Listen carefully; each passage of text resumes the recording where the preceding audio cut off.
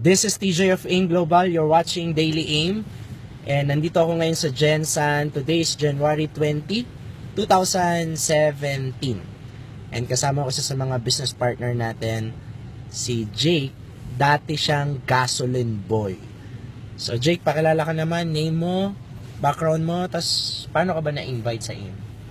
So good morning po, mula dito sa AIM Global Gensan. So ako pala si Jake, dati akong gasoline boy.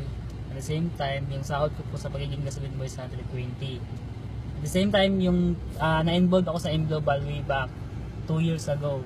So na-invite ako, isa sa mga barkada ko, nashiran lang din through flyers.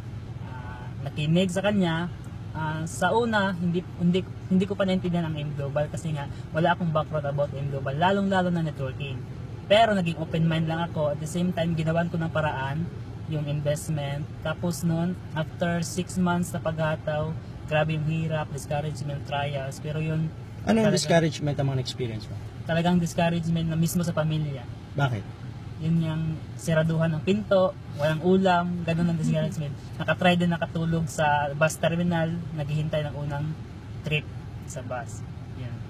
Pero ano na mga achievement mo ngayon sa AIM? Grabe, after 1 year na paghataw, nagkaroon ako ng brand new rouser. Nakabili ako ng motor ng brand new rouser. At the same time, after 2 years ngayon, naging top 7 po ako ng buong Say Empire under Upline DM.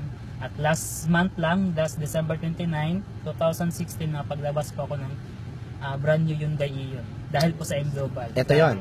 Yes. So nagkakotse ka, marunong ka mag-drive o hindi? Yun ang magandang problema. Napalabas ako ng kotse na hindi ako marunong mag-drive. Yun nga sabi nila, pag may sasakyan ka na, natutunan din. Yes. Pero anong advice mo sa mga members na? Sa mga members na lahat ng mga trials na naranasan nyo, discouragement, kasi yan po yung solusyon, yan po yung susi para makuha nyo po yung pinapangarap nyo sa AIM Global. Bakit? Kasi lahat ng ito, lahat ng blessing ng AIM Global andyan na. Ang gawin nyo lang po, full effort na lang po natin dito. Bakit?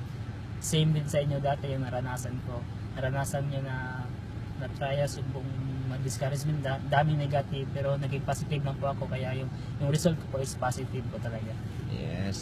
Anong advice mo naman sa mga hindi pa kasali? Sa mga hindi pa kasali, sa ngayon lang po is sumali na kayo. Bakit? Huwag niyo pagdudahan bakit ang AIM Global po is hindi ka duda-duda. Bakit? Nangyari sa akin yung result ko po ngayon. So, salamat po sa AIM Global. Dahil po sa inyo, narating ko po ito. Yes. Again, this is TJ Villanueva. Kung kaya ni Jake na dating gasoline boy, kaya mo din. Yes. You're watching Daily AIM.